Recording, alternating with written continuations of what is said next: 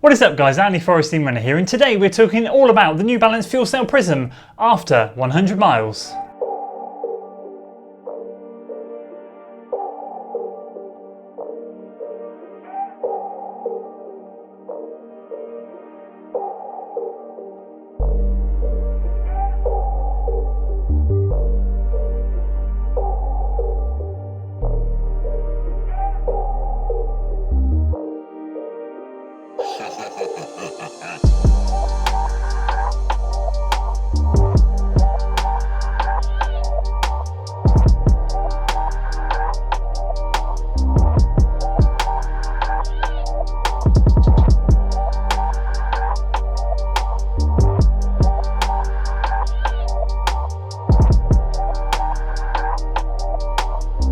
So we've done the first impressions, we've done the speed test, the long run test, and we've taken this thing at the point that you are watching this video up and over 100 miles. Today we're going to be talking about the general wear and tear on the New Balance Fuel Cell Prism, how we've been using it and how I intend on using it moving forward, if I would consider even keeping this thing in my lineup. So if you're excited for today's video guys, make sure you give it a like, share it with your friends, subscribe to the channel for weekly running content, and we'll start with the wear and tear.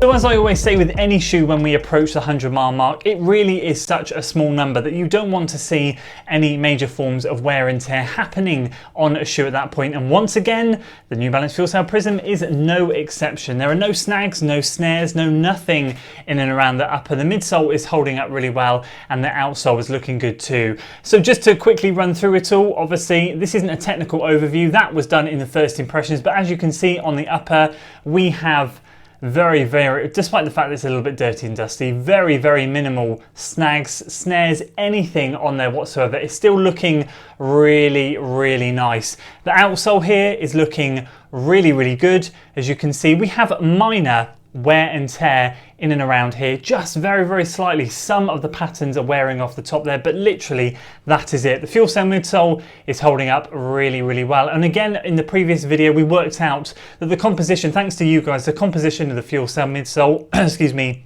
in the Prism is slightly firmer than something that was in the TC or the Propel, and that's down to the fact that this is going to be more of a supportive shoe because we have that extra support in the medial post here. So this is technically classified as a supportive shoe, although if you're looking for a full supportive shoe, I would say this is mild support. It's nothing more than mild. So in terms of general wear and tear, the shoe is holding up really well. I've noticed no aches and pains with this thing leading up to the 100 miles, and I certainly can't envisage any more aches and pains in the near future with this shoe. How long it will last, we'll talk about that at the end, but in my opinion, so far it's held up really well.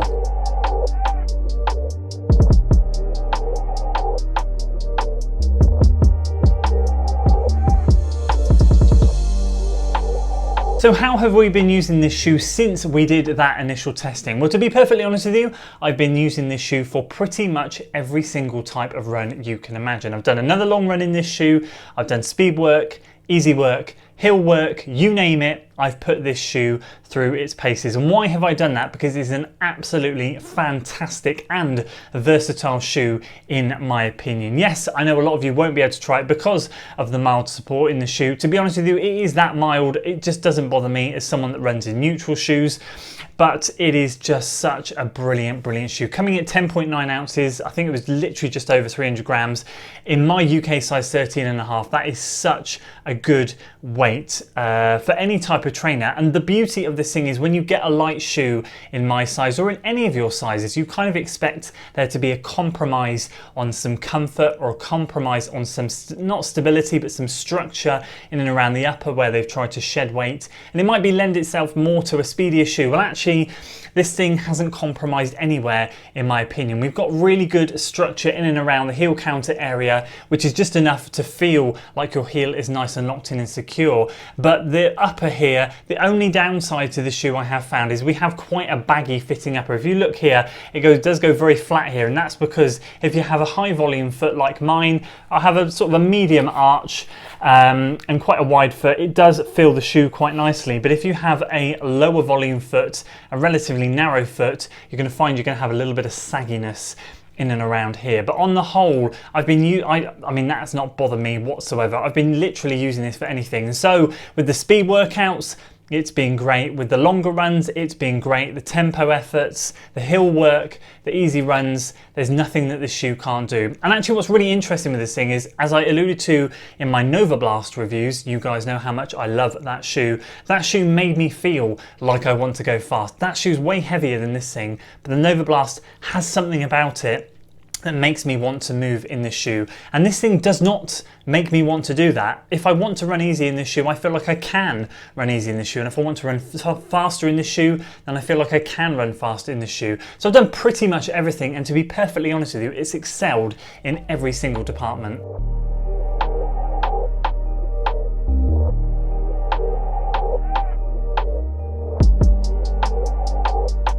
So moving forwards, would I consider keeping this shoe in my rotation, and how do I envisage using this shoe? And I did allude to the fact that I would give you some kind of durability prediction as to how well and how long I think this thing is going to last.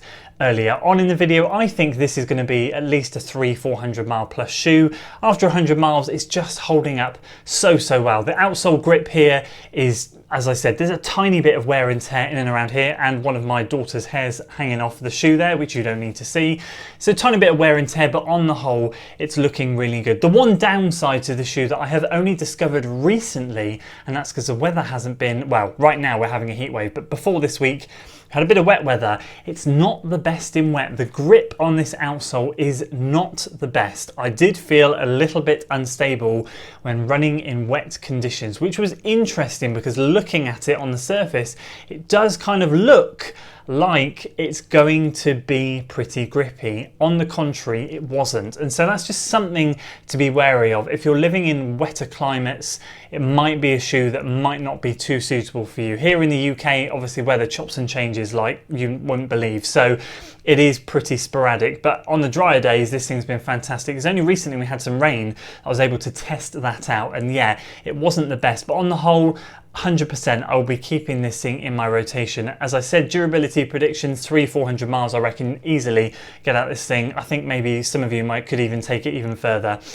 How will I be using it forward? Again, it's going to just stay as it is. I'll use this for whatever I want to use it for. I don't feel like I need to pigeonhole this into a certain section of my rotation. It's been an absolute diamond of a shoe that has come to fruition in my rotation, and I just feel like I can pick it up and use it for whatever I want to use it for. So to be honest with you, no hesitation with saying this thing has been an absolute bargain. I'd use it over and over again, and I will use it for anything I can use it for. So that's it for today's video, guys. That is my thoughts on the New Balance FUELCELL Prism after 100 miles. As I said, it's been an absolutely fantastic shoe. I'm delighted that it's got to where it's got to, and I cannot wait to take it further. But of course, as always, guys, let me know in the comments below if you managed to snag this shoe, how you're getting on with it, if you like it. I know on some of the previous videos, some of you commented saying you bought it and you really like it as well. Let me know how many miles you have in it and if it's holding up just as well for you as it is for me. And stay tuned over the next couple of weeks because we'll be testing out the Rincon 2. That's here. That's been here for a couple of weeks now, maybe even 3 weeks. Just sat waiting patiently.